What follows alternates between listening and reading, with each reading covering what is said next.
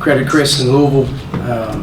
Just in watching them on film, I think I've said it a couple times. I mean, they've improved from day one to today as much as any team that we've seen. They do a great job on both ends of the floor, and I think they're going to have a fantastic season. For our guys, I give them a lot of credit. It's a tough environment to bring anybody in here and play, but it's also, finding a way to hang in there when things aren't going well and make some adjustments on the fly, and then finding a way to get to the last couple minutes of the game. And there was a lot of winning plays again. And we've been in this situation, it seems like, for the last few weeks, and I anticipate it being this way for the rest of the season. So to know a group can finish or find a way to finish with its offense or its defense, is good. And I'm hopeful, to be honest with you, our team, as long as we continue to stay as healthy as possible, that we can even take it to another level, because we have such a long gap in terms of the potential on how much better we can actually get. But there were some really hard plays in the game the guys had to make, and I was proud of them. They did a great job. Okay, first question for Coach. Speaking of plays, Rob Finney hits a three to give you your first lead. Then with a minute 20 left, he hits another one to give you the lead for good. Your freshman point guard doing that. Talk about that. Yeah, Rob did a heck of a job. I thought in general, he only turned it over one time, had 6 defensive rebounds. We need him to hunt more shots. He's very reluctant right now to shoot unless he's wide open, and he's a good shooter. And the 2 that he hit in the second half were big, and I was glad that he read it.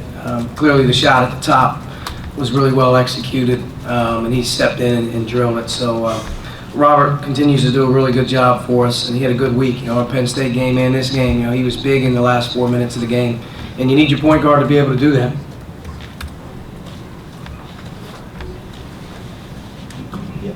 Archie, they spurted out on you several times, 5, 7, maybe 8 points, and you got 3 or 4 possessions, I think, where you could have taken the lead and didn't quite get it. What was your message to your team during that time when you might have gotten discouraged? Well, from a defensive standpoint, continue to bring the energy on the ball. They're a team that really moves and executes, and if you allow them to move and execute, they're going to get good looks. Second part was continue to emphasize defensive rebounding. We gave them long rebounds or second shots. They made us pay, and that was discouraging. From an offensive standpoint, it was just continue to trust and move the ball. Move the ball, move yourself, and let's get good action. And I thought at times being able to play through the post. Duran had a great session there. Juwan was good at times, feeding in and out. And then I thought, Romeo in general just continually being aggressive, being able to draw 10 fouls in the game. That's what he does, being able to get to the line 14 times, kept us right in there. And then, like you said, it was 50-50 plays, whether it was a stop or whether we were able to get a basket, we were able to hang in there. And then last 2 minutes, couple key winning plays.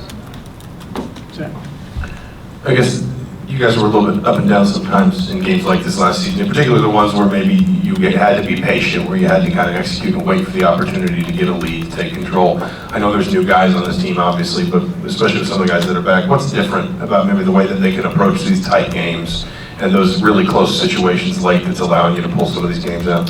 I would hope that they would think that our defense can carry us, when things aren't going well. It doesn't mean you're going to shut them out, but when you need a run, when you need the ability to get back in the game, or you need something to happen, sometimes it's not offense, sometimes it's defense. And I think the one thing that's been evident of this group, we're much better, we're much tougher, we're much bigger at times on the floor than we've been in the past, and we're able to get key stops at times to help us. I think we had a window there with about 4 minutes, but I'm not sure they got a field goal in that stretch, which, that's what you need to have, especially as you start to look towards January and February in the Big Ten, how hard it's going to be. You got to hang your hat on that. But we have a lot of room to grow on offense. We got to keep getting better there. We're going to make the game easy on ourselves. And I think as we continue to elevate that side of the ball with more chemistry, more movement, more sharing, will be even harder to deal with. But I think this team has a leader in Juwan that we trust. I think that Zach being back out there continues to give a guy that trust. And I think, as our new guys have sort of approached the floor, they're gaining trust a little bit as well. But, without question, there's a go-to guy, there's go-to guys, and there's also the go-to, ability to get some stops, I think, at times. Not that we're perfect, but we've been able to dig in a lot of games and find a way to get our defense to be able to give us a little offense. Coach, Deron Davis had 8 points in 14 minutes coming off the bench. How huge is it to be able to have a big guy like him be able to come off the bench and be able to score in the post and be able to make similar passes like Juwan does, and just kind of like his impact with the team? Well, when he plays minutes, he gets fouled. You can obviously play through him. I think he's very shifty in the blocks. Going against other big guys, he's comfortable down there, and he's a willing passer. He's unselfish. His 14 minutes tonight were really, really big. He did a great job, and he's, to be honest with him, to credit him, he's had to fight through that body pain, soreness, getting in shape while you're injured, and right now he's been able to practice the last few weeks really consistent. I think he's in the best shape that he's been in since maybe, not that he's in shape that he was last year at this time in December, but he's in the best shape that he's been in. He's got about another month before conference play starts where I think he can take one more jump conditioning-wise, which will help him play more minutes. But without question, Deron's a big part of what we're doing, and when he is able to play a lot of minutes, he gives us another big presence on the floor against other big people. Coach, you mentioned in the past, Rob was a guy who came in, you weren't necessarily sure how college ready he was going to be. What's just made him so good in his first couple of months of the season, and how big has it been able to have a guy like that step into that role so quick, so young? Well, Rob, without realizing it, how physically strong he is, how sturdy he is as a guard. There's very few freshman guards that can do what he does, for 33 minutes in terms of the defensive side of the ball, which we ask him to do. He's also a tough kid, and you don't really know, how tough a guy is or what they're made of until you really get him going. And he's taken advantage of the opportunities that he's been given. He's played well, and he's had a great work ethic about it. He's also learning how to play point guard in college. It's a lot different than playing point guard in high school, and he's doing a better job, I think, running our team. But he's been a great addition to the program all the way around, on and off the floor. Archie, when it comes to, out here in the back, when it comes to Romeo's ability to drive and either score or get fouled, is that kind of in his bag of tricks despite how he's shooting on the perimeter, or would that get easier for him and more effective if he were able to knock some more of these perimeter shots down? Romeo is as gifted as it gets in terms of getting to the basket. Shooting the ball well, not shooting the ball well, that's not his MO. His MO is obviously been a great attacking guard off the dribble. I don't think a lot of people understand how physically big and strong he is as a freshman and how gifted he is in his length offensively as he's approaching the paint. I thought he was as aggressive as he's been all season tonight. You draw 10 fouls, you shoot 14 free throws. That's pretty impressive against that team, as a freshman. So, he's definitely a guy that I think sees himself more as an attacking guard than just a shooter. Kind of following up on that question. Romeo, how do you feel like he's holding up physically with that kind of approach, and do you worry about the grind of an entire season, on a guy who wants to draw contact like that?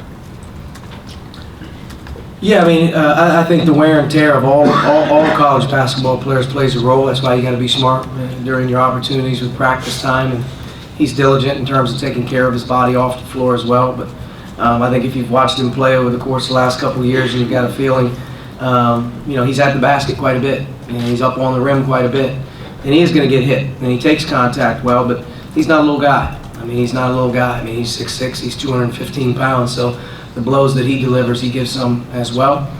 We want him to play even stronger. Got to get him rebounding the ball a little bit better, but I think he'll be fine with that.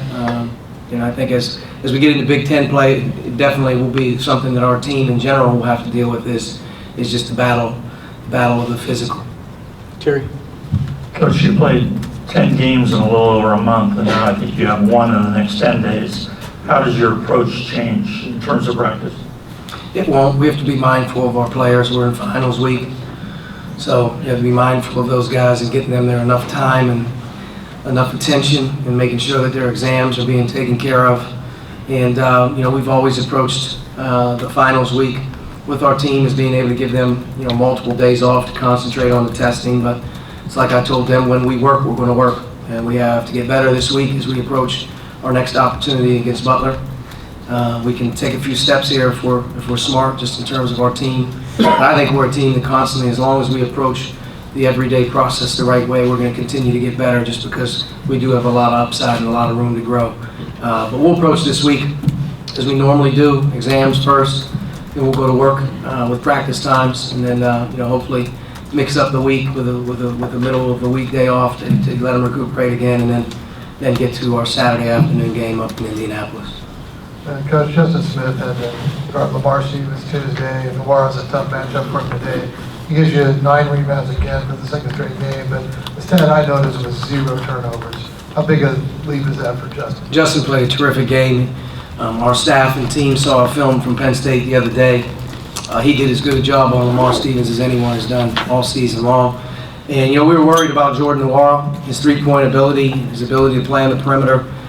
We just felt that he was too big and too strong for maybe our guards to be able to stay on him. And I'll tell you what, Justin, again, has delivered another really good defensive performance. He had to make some tough ones. We knew he was going to make some tough ones, not that he's perfect, but I thought he really competed late in the game. He was able to rebound the ball again, 9 more rebounds. And if Justin's getting 9 rebounds and he's playing 30 minutes and he gets 9 points, doesn't turn it over, that's the guy that he has to be for us right now. And we put him in a couple different positions here in the last game. I think that will help him take care of the ball a little bit more as well. Okay, Dustin, and we'll wrap up with. Let's go back to Romeo. What are some things you're seeing him struggle with at the line right now? And I guess what does it say for him that even after missing a couple, he still hit the couple shots he had to hit at the end there? I don't know what he's struggling with, to be honest with you, at the line. I think he's a good free throw shooter. The fact that he gets there quite a bit, he'll only get more comfortable there. But he's fearless. I mean, I knew when he was going up for the late ones in the game that he was going to be able to step up, because that's what he does. He's a gamer. He's able to finish. But I think more importantly is the amount he's getting there. That's the key number for him. He'll get better as the season goes in making them, and he'll get better just in general because of who he is as a player. I mean, he's approached the month of December as good as you can as a young guy. Just has enough on his shoulders, but he's gotten better. October to November, November to December. Now it's get to December to January, and he knows that. He's got to put himself in a situation where he gets better every month of the season. And he's got a great attitude, so he's going to have more opportunities to go to the line, and I think he'll get better as the season goes. They made 11 threes, but they took 32 attempts at less than 35%. Were you pleased overall with how you guarded the 3 and also the 10 turnovers? Something you also, I would assume, happy with? Yeah, defending the three-point line, we weren't very good. I didn't think in the first half. A lot of it happened with broken plays or long rebounds that we weren't able to secure, and they did a good job of hitting a couple. They have a good shooting team. I think the second part of it, the second half, we did a better job of being able to get there and challenge them and make them harder. Noir is a really good three-point shooter as well, and he's a difficult matchup. I mean, he's a really improved player. I mean, he's one of the better players we've seen all season. But the fact that they took so many and the percentage was what it was, you have to say, hopefully the law averages comes back around.